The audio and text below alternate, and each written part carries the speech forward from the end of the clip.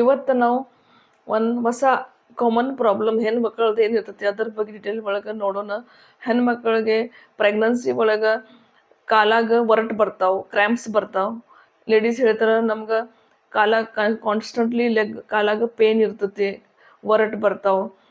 ಅದಕ್ಕೆ ಅವ್ರ ಪ್ರಶ್ನೆ ಇರ್ತೈತಿ, ನಮ್ಗೆ ಇದು ಒರಟು ಯಾಕೆ ಬರ್ತಾವೆ, ಅದು ಕಡಿಮೆ ಮಾಡೋಕೆ ನಾವು ಏನು ಮಾಡ್ಬೇಕ್ರಿ? ಅದಕ್ಕೆ ಇವತ್ತು ಈ ವಿಡಿಯೋ ಒಳಗೆ ಅದ್ರ ಬಗ್ಗೆ ಡೀಟೇಲ್ ಒಳಗೆ ತಿಳ್ಕೊಳ್ಳೋಣ. Hello, I am Dr. Sunita Lodaya, fertility and reproductive specialist and practicing obstetrics and gynecologist since last 25 years. Pregnancy ಒಳಗೆ ಫಸ್ಟ್ 3 ತಿಂಗಳ ವಾಂತಿ ಇರ್ತೈತಿ, ಉಬ್ಳಿಕೆ ಇರ್ತೈತಿ. 4ನೇ ತಿಂಗಳ ಸ್ಟಾರ್ಟ್ ಆಕತಿ ಪ್ರೆಗ್ನೆನ್ಸಿ, ವಾಮಿಟಿಂಗ್ ಸ್ವಲ್ಪ ಸೆಟಲ್ ಆಕತಿ, ಸ್ವಲ್ಪ ಹಸಿವೆ ಆಗೋಕೆ ಸ್ಟಾರ್ಟ್ ಆಕತಿ. ಆವಾಗ ಹೆಣ್ಮಕ್ಳಿಗೆ ಬೇರೆ ಪ್ರಾಬ್ಲಮ್ ಸ್ಟಾರ್ಟ್ ಆಕತಿ. ಅವ್ರಿಗೆ ಕಾಲು ನೋವು ಶುರು ಆಕತಿ, ಕಾಲಾಗ ಒರಟಾಗಕ್ಕೆ ಸ್ಟಾರ್ಟ್ ಆಕತಿ. ಅವ್ರು ವಿಚಾರ ಮಾಡ್ತಾರೆ ಇಷ್ಟು ದಿವ್ಸ ಇದೇ ಪ್ರಾಬ್ಲಮ್ ಐತಿ, ಈಗ ಹೊಸ ಪ್ರಾಬ್ಲಮ್ ಚಾಲು ಆಗೈತಿ. ಮತ್ತು ವಿಚಾರ ಮಾಡ್ತಾರೆ ನಮ್ಗೆ ಇದು ಪ್ರಾಬ್ಲಮ್ಸ್ ಯಾಕೆ ಆಗೈತಿ ಅಂದ್ರೆ ಇದು ಆಗ್ಬೋದು ಸಲಗ ನಾವು ಏನೇನು ಮಾಡ್ಬೇಕ್ರಿ, ಆಮೇಲೆ ಆದ್ರೆ ನಾವು ಏನೇನು ಕೇರ್ ಮಾಡ್ಬೇಕು, ಅದರಿಂದ ನಮ್ದು ಇದು ಪೇನ್ ಕಡಿಮೆ ಆಕತಿ.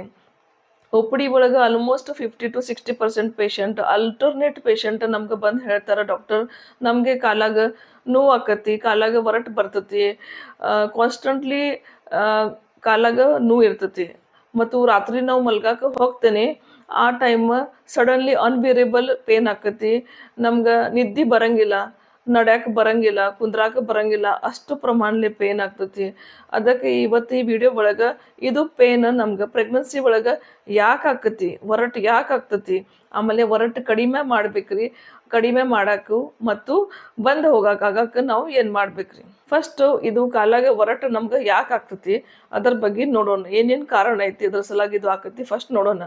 First reason circulatory changes. Pregnancy ಒಳಗೆ ನಮ್ಮ ಶರೀರ ಒಳಗೆ ಭಾಳ ನಾನಾ ನಮೂನಿ ಚೇಂಜಸ್ ಆಕತಿ. ಅದ್ರ ಒಳಗೆ ಒಂದು ಚೇಂಜ್ ಸರ್ಕ್ಯುಲೇಟ್ರಿ ಚೇಂಜ್. ನಮ್ಮ ಶರೀರದ ಒಳಗೆ ಬ್ಲಡ್ದೇನು ವಾಲ್ಯೂಮ್ ಇರ್ತೈತಿ ಅದು ಆಲ್ಮೋಸ್ಟ್ ಪ್ರೆಗ್ನೆನ್ಸಿ ಒಳಗೆ ಡಬಲ್ ಆಕತಿ. ಅದರಿಂದ ನಮ್ಮ ಪೂರಾ ದೇಹಕ್ಕೆ ಬಾವು ಬರ್ತೈತಿ. ಪ್ರೆಗ್ನೆನ್ಸಿ ಒಳಗೆ ಬಾವು ಇರ್ತೈತಿ, ಅದು ಬಾವು ನಮ್ಮ ಕಾಲಾಗೇನ ಬಾವು ಇರ್ತೈತಿ, ಬಾವು ಆಕತಿ. ಅದರಿಂದ ನಮ್ಗೆ ಕಾಲಾಗ ಕ್ರ್ಯಾಂಪ್ಸ್ ಆಗ್ತೈತಿ. 2ನೇದು ರೀಸನ್ ವೇಟ್ ಗೇನ್. ಪ್ರೆಗ್ನೆನ್ಸಿ ಒಳಗೆ ತಾಯಿದ ವೇಟ್ ಗೇನ್ ಹೆಚ್ಚಿಗೆ ಆಕತಿ ಮತ್ತು ಪಾಪುದ ವೇಟ್ ಗೇನ್ ಆಕತಿ. ತಾಯಿದ ಹೊಟ್ಟೆ ಬರ್ತೈತಿ, ಯಾವಾಗಲೂ ಹೊಟ್ಟೆ ಜಾಸ್ತಿ ದೊಡ್ಡ ಹಾಕನ್ ಹೋಗತಿ. ಆ ಟೈಮ್ ಆ ಪಾಪುದ ವೇಟ್ ಸಲಾಗ ನಮ್ಮ ಹೊಟ್ಟೆ ಒಳಗೆ ಒಂದು ವೇನ್ ಇರ್ತೈತಿ, ಇನ್ಫೀರಿಯರ್ ವೇನ್ ಯಾವ ಹೇಳಿ ಒಂದು ವೇನ್ ಇರ್ತೈತಿ. ಆ ವೇನ್ ಮೇಲೆ ಪ್ರೆಷರ್ ಆಕತಿ. ಮಗು ಹೆಂಗೆ ದೊಡ್ಡ ಹಾಕನ್ ಹೋಗತಿ, ಇನ್ಫೀರಿಯರ್ ವೇನ್ ಮೇಲೆ ಪ್ರೆಷರ್ ಆಕತಿ. ಅದ್ರ ಜೋಡಿ ನಮ್ದು ಪೆಲ್ವಿಸ್ ಮತ್ತು ಲೋವರ್ ಲೆಗ್ಗೆ ಯಾವ್ಯಾವ ವೇನ್ಸ್ ಹೋಗತಿ ಅದ್ರ ಮೇಲೆನ ಪ್ರೆಷರ್ ಆಕತಿ. ಎಂಡ್ಗೆ ಪಾಪುದ ತಲೆ ಯಾವಾಗಲೂ ಪೆಲ್ವಿಸ್ ಒಳಗೆ ಹೋಗತಿ. ಆವಾಗ ಪಾಪುದ ತಲೆ ಸಲಾಗ ನಮ್ದು ಪೆಲ್ವಿಸ್ದ ಮತ್ತು ಲೋವರ್ ಲೆಗ್ದ ನರ್ವ್ಸ್ ಇರ್ತೈತಿ, ನರಗಳು, ಅದರ ಮೇಲೆ ಪ್ರೆಷರ್ ಆಕತಿ. ಅದರಿಂದ ಕ್ರ್ಯಾಂಪ್ಸ್ ಆಗಕ್ಕೆ ಚಾನ್ಸ್ ಹೆಚ್ಚಿಗೆ ಆಗ್ತೈತಿ. 3ನೇದು ರೀಸನ್ ಡಿಹೈಡ್ರೇಷನ್. ಜನರಲಿ ಪ್ರೆಗ್ನೆನ್ಸಿ ಒಳಗೆ ನೀವು 3 ಇಂದ 4 ಲೀಟರ್ ನೀರು ಕುಡಿಬೇಕ್ರಿ. ಅಂದ್ರೆ 12 ಇಂದ 15 ಗ್ಲಾಸ್ ಅದು ನೀರು ಕುಡಿಬೇಕ್ರಿ. ನೀರು ನೀವು ಕಡಿಮೆ ಕುಡಿದ್ರೆ ಮಸಲ್ಗೆ ಹೈಡ್ರೇಷನ್ ಎಷ್ಟು ಬೇಕಷ್ಟು ಹೈಡ್ರೇಷನ್ ಆಗಂಗಿಲ್ಲ, ಹೈಡ್ರೇಷನ್ ಕಡಿಮೆ ಆಗಿಬಿಡ್ತೈತಿ. ಆಕ್ಸಿಜನ್ ಸಪ್ಲೈ ಕಡಿಮೆ ಆಗ್ತೈತಿ ಮತ್ತು ಆಕ್ಸಿಡೇಟಿವ್ ಸ್ಟ್ರೆಸ್ ಹೆಚ್ಚಿಗೆ ಆಕತಿ. ಅದರಿಂದ ನಿಮ್ಗೆ ಕಾಲಾಗ ಒರಟು ಬರ್ತೈತಿ. 4th is calcium and magnesium deficiency. Pregnancy ಒಳಗೆ ತಾಯಿ ಹಸಿರು ಸೊಪ್ಪಿನ ಪದಾರ್ಥ ಕಡಿಮೆ ತಗೊಂಡ್ರೆ ಮತ್ತು ಹಾಲದ ಪ್ರಾಡಕ್ಟ್ಸ್, ಮೊಸರು, ಮಜ್ಜಿಗೆ ಕಡಿಮೆ ತಗೊಂಡ್ರೆ, ಫ್ರೂಟ್ಸ್ ಕಡಿಮೆ ತಿಂದ್ರೆ, ಡಾಕ್ಟ್ರೇನು ಸಪ್ಲಿಮೆಂಟೇಷನ್ ಕೊಡ್ತಾರೆ ಟ್ಯಾಬ್ಲೆಟ್ಸ್ ಅದು ಕಡಿಮೆ ತಿಂದ್ರೆ, ಅದರಿಂದ ನಿಮ್ಗೆ ಈ ಕ್ಯಾಲ್ಶಿಯಮ್ ಮೆಗ್ನೀಷಿಯಂ ಡೆಫಿಷಿಯನ್ಸಿ ಆಕತಿ. ಅದರಿಂದ ನಿಮ್ಗೆ ಕ್ರ್ಯಾಂಪ್ಸ್ ಆಗಕ್ಕೆ ಚಾನ್ಸ್ ಹೆಚ್ಚಿಗೆ ಆಕತಿ. ಆಮೇಲೆ ನೀವು ಪ್ರೆಗ್ನೆನ್ಸಿ ಒಳಗೆ ತೆಂಗಿನಕಾಯಿ ನೀರು ಕಡಿಮೆ ಕುಡಿತಾರೆ, ಹಾಗೇನಿದ್ರೆ ನಿಮ್ಗೆ ಒರಟು ಆಗ್ಬೋದು. ಮತ್ತು ನೆಕ್ಸ್ಟ್ ರೀಸನ್ ಈಸ್ ಫಟಿಗ್ ಅಂದ್ರೆ ವೀಕ್ನೆಸ್. ಪ್ರೆಗ್ನೆನ್ಸಿ ಒಳಗೆ ಆ್ಯಸ್ ಸಚ್ ವೀಕ್ನೆಸ್ ಇರ್ತತಿ. ಎಲ್ಲ ಬಾಡಿದ ಫುಲ್ ಮಸಲ್ದ ವೀಕ್ನೆಸ್ ಇರ್ತತಿ. ಅದ್ರ ಜೋಡಿ ಮತ್ತು ಲೆಗ್ದ ಮಸಲ್ಸ್ ಏನು ಇರ್ತತಿ ಹಿಂದಿಂದ ಭಾಗ, ಅಲ್ಲೆಲ್ಲ ಕಾಫ್ ಮಸಲ್ ಒಳಗನ ವೀಕ್ನೆಸ್ ಫಟಿಗ್ ಆಗ್ತತಿ.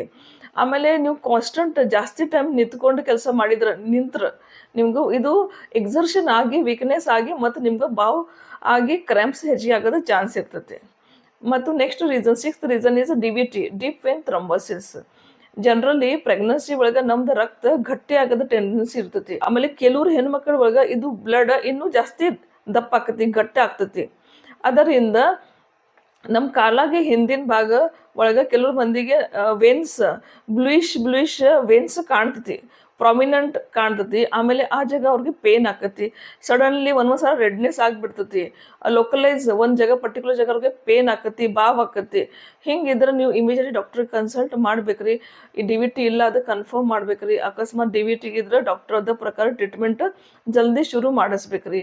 ಇದು ಎಲ್ಲ ಮ್ಯಾಲಿಂದ ರೀಸನ್ಸ್ ಸಲಾಗ ಪ್ರೆಗ್ನೆನ್ಸಿ ಒಳಗೆ ಕ್ರ್ಯಾಂಪ್ಸ್ ಒರಟ್ ಆಗಕ್ಕೆ ಚಾನ್ಸ್ ಹೆಚ್ಚಿಗೆ ಇರ್ತತಿ.